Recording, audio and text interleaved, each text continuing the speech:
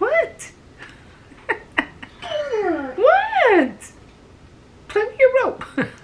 Hello again. My name is Emma, and welcome to my channel.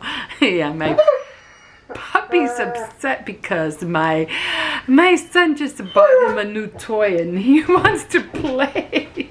And I don't want to play right now. I ain't play with no rope. It's a big rope. Go play with your rope. Go to the living room. Oh, let's be careful. Okay, let's be careful there. Go play with your rope. He seems like he knows when I'm, when I'm coming on. He like really knows. Okay, I'm gonna have to put this down here because I'm gonna try to read. Go play with your toy. He's like a kid. He wants to play. That's because I don't like having toys in the house, because once he has a toy in the house, that's all he wants to do. He just wants to play. Okay, so today is Faith Night Friday, and I am in Judges. I just got finished reading what was it, Deuteronomy? I think it was. And now I'm going into, was it Deuteronomy? Hold on, let me check to make sure he left. He's mad. She's ignoring me. I think it was Judges. It was, yeah, it was Deuteronomy. So now we are in, no, I had read Joshua. I had finished reading Joshua, and now I'm on Judges. Okay. I did read Proverbs. What was it? Proverbs 15 and 17. I think it's always good to read Proverbs and Psalms because there is just a vast information that you can learn and live off of. So much. I mean, if you want to learn how to live right, just read those two, Proverbs and Psalms. Just go by that. Go by that. Do what it tells you to do. And then continue reading, the Bible, whether it's the Old Testament or the New Testament. Just do what it says, and you should be okay. Okay, so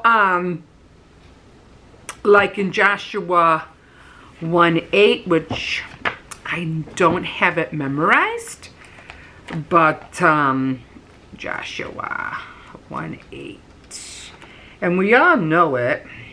No, I think it's 1:8.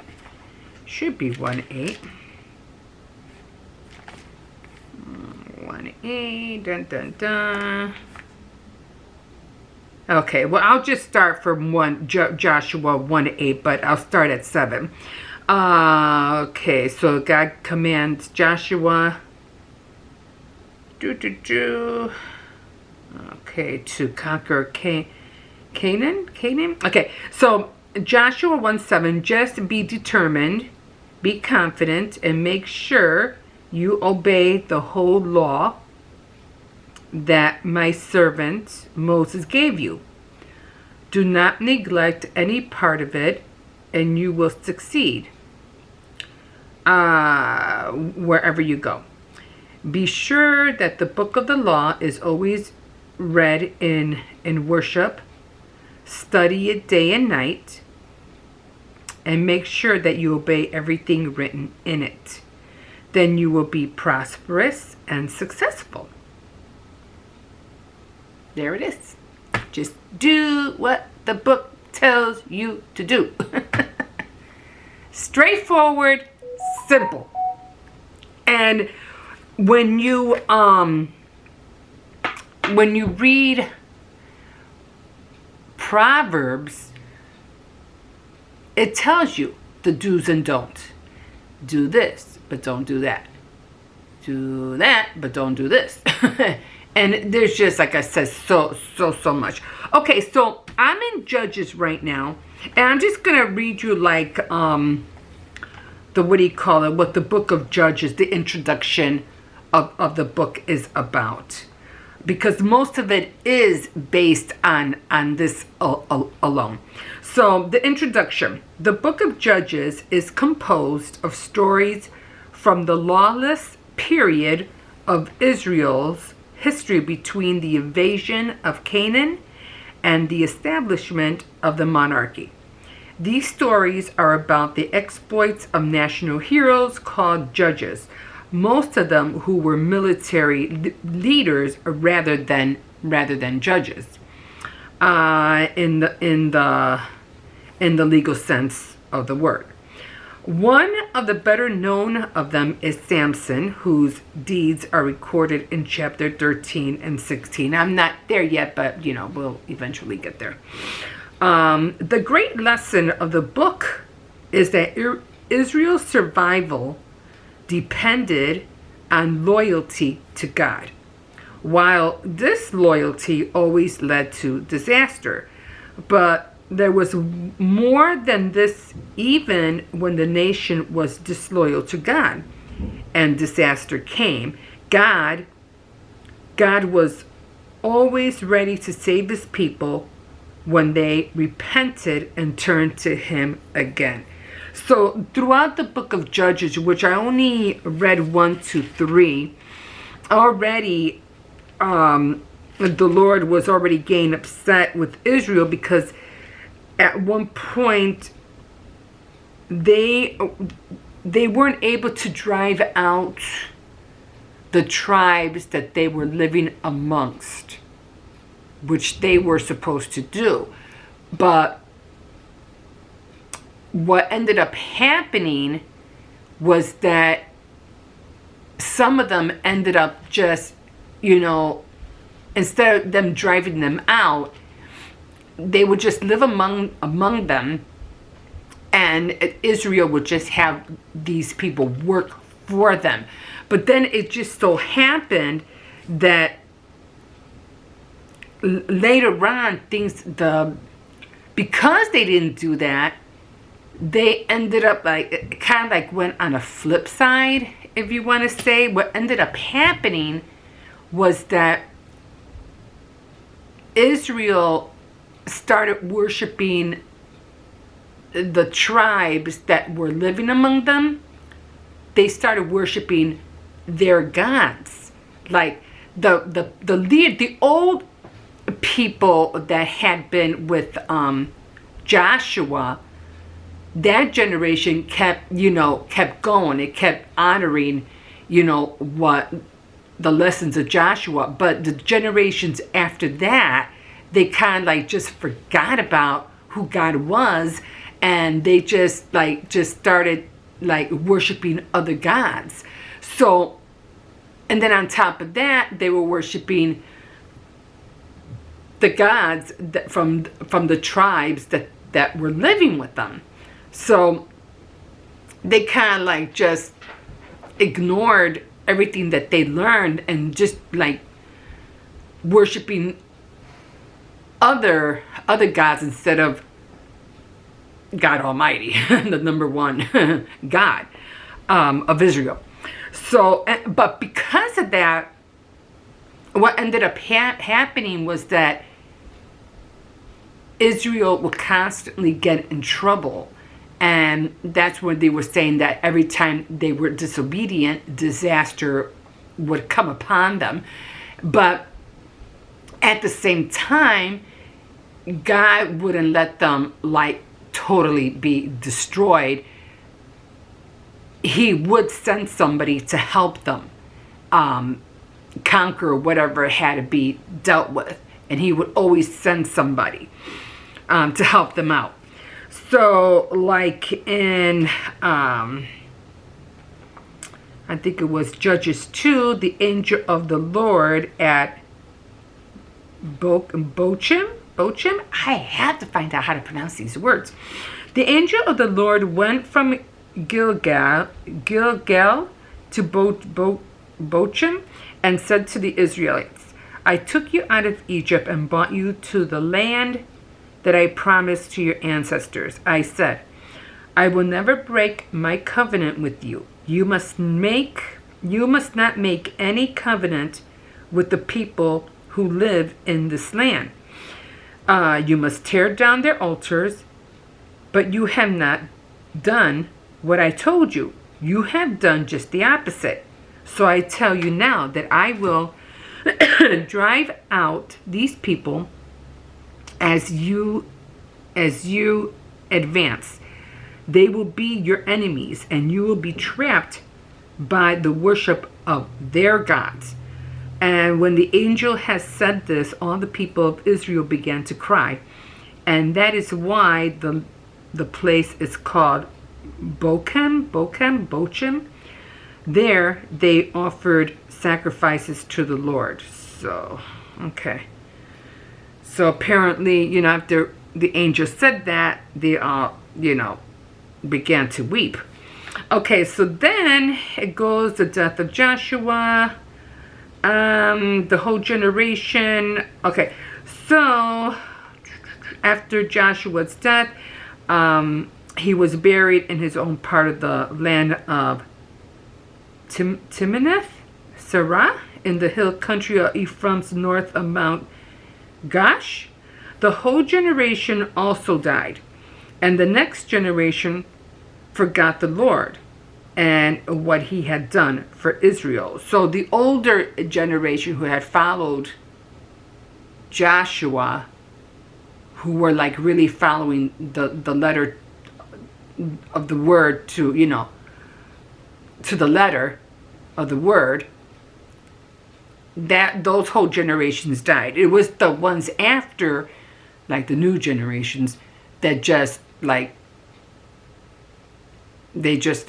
became like God was unknown to them, and forgot what Israel had, what God had done for Israel. Okay, so then the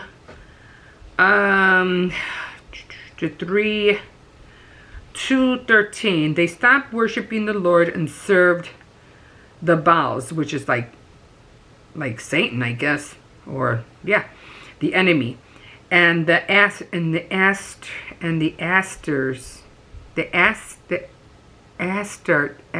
don't know. It's Astartes.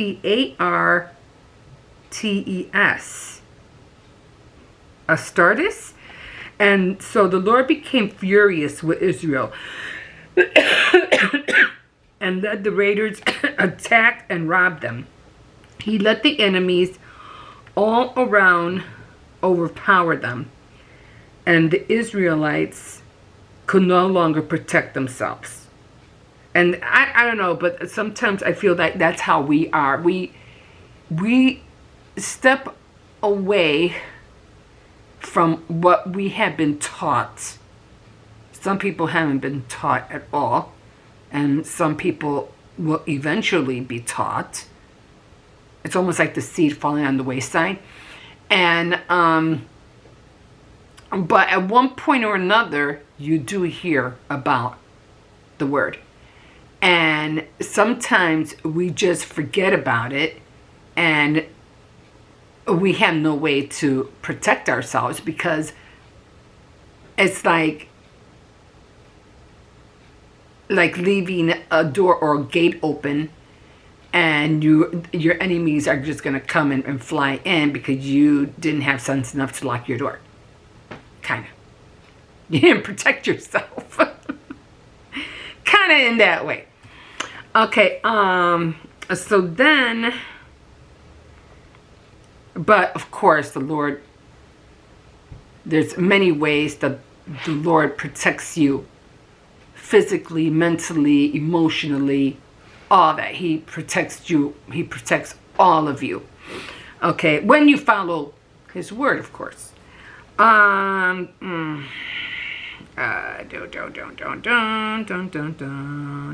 18. So we're in 2:18. I'm trying to go above what I, underlined. Whoever the Lord gave Israel a leader, the Lord would help him and would save the people from their enemies as long as that leader lived. The Lord would have mercy on them because they had groaned under their sufferings and oppressions. Because when they would fall under a leader and the leader was not, for God, they would end up having to do what that other leader, under their laws or under their rules, even if they were like worshiping other gods, they had to do what they said. But he did send there's working for them is your worship other gods, and so he would constantly send somebody, to save Israel. I'm trying to come over here. Trying to find the number. Okay, so I'll just go back. But when the leader died, the people would return to their old ways and behave worse than the previous generation. It's almost like our generations. Like after the 40s and 50s, the 60s and 70s, just kept getting worse and worse. They would serve and worship other gods and stubbornly continue their own evil ways. Then the Lord would become furious with Israel and say, "This nation has broken the covenant that I commanded their ancestors to keep. Because they have not obeyed me, I will no longer drive out any of the nations that were still in that land when Joshua died. I will use them to find out whether or not these Israelites will follow my ways as their ancestors did." So the Lord allowed these nations to remain in the land. He did not give Joshua victory over them, nor did he drive them out soon after Joshua's death. So in other words, he was going to see if he doesn't, drive out any nations, he's going to test them. Okay, let me see what happens if they live in this land, but they still have to live among these nations. Let's see what happens. Are they going to continue to follow my word, or are they going to continue on their own way? So in other words, he was going to test them. So then the Lord left this is chapter 3. So then the Lord left some nations in the land to test the Israelites who had not been through the wars in Canaan. He did this only in order to teach each generation of Israelites about war, especially those who had never been in battle before. And believe me, there had been some bad battles, really bad. Those that left in the land were even now, what battles have we ever been in? Other than our armed forces, them going to war, but nothing like it was back then. They were horrific. Okay. Especially those who had never been in battle. Those left in the land were the Philistines, the 5 Philistine cities, all the Canaanites and the Sidonians and the Hivites who lived in the Lebanon mountains from Mount Ban Hermon as far as Hamath Pass. Okay, so he was gonna, test these people. Okay, so 3:7, the people of Israel forgot the Lord, their God, again, they sinned against him and worshipped the idols of Baal and Asherah. So the Lord became angry with Israel, excuse me, and let King Cushan,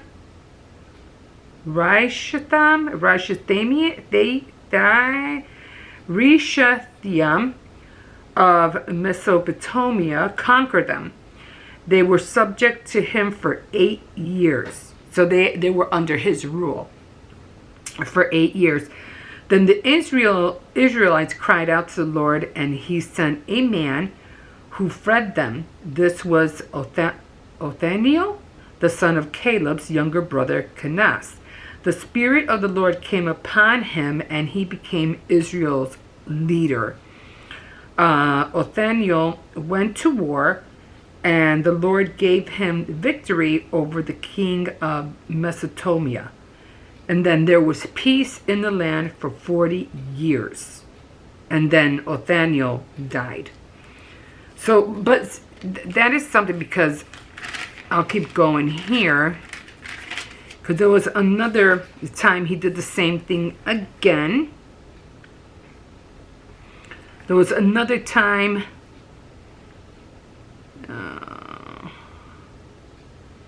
that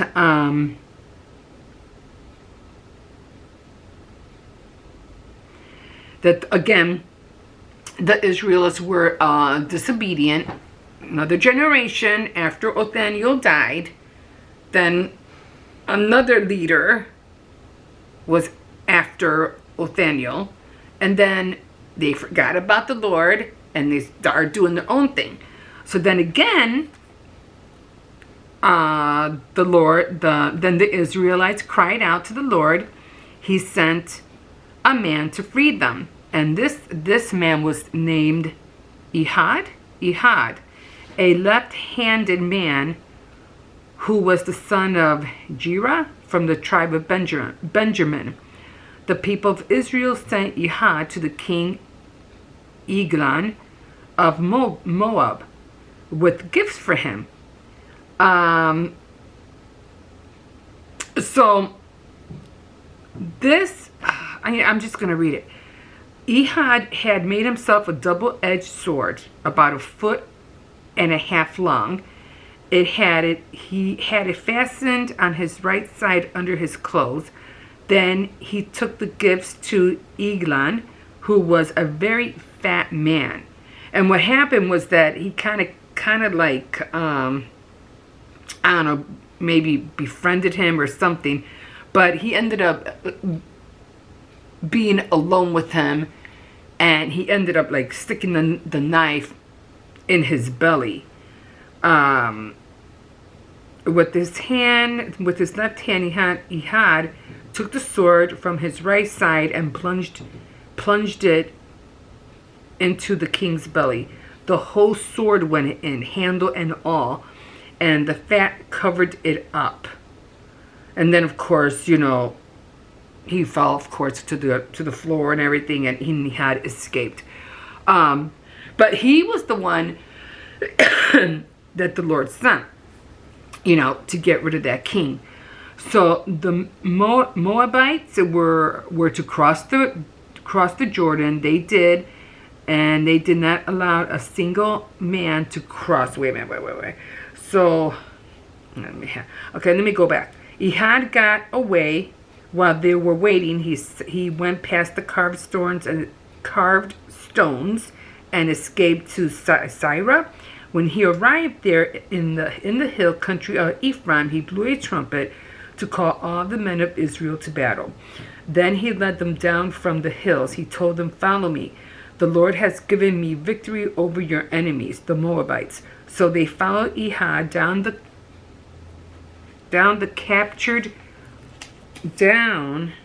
and captured the place where the Moabites were to cross the Jordan. They did not allow a single man to cross. That day they killed about 10,000 of the best Moabites soldiers. None of them escaped. And that day the Israelites defeated Moab, and there was peace in the land for 80 years. 80. Before it was 40. This time they were in peace for 80 years. Now, I think the whole book of Judges is going to be that way. I think it's going to be, him saving every generation after that, because sometimes we just don't want to listen. So in a way, I think, we do that to ourselves, the same way. We don't know how to listen, and then when we get into our trouble, we're always asking for for help, for some way out. And of course, our God is a loving God, and he always does send somebody. So that's it for today, guys. I hope you enjoyed it, and yeah, like fish in the sea. So glad you caught me, and I will check you guys out tomorrow for Saturday night threads, and we'll see what we're gonna be either crocheting or something. Don't forget to like, subscribe, and definitely comment, because I will comment back. Okay guys, we'll see you later. Bye.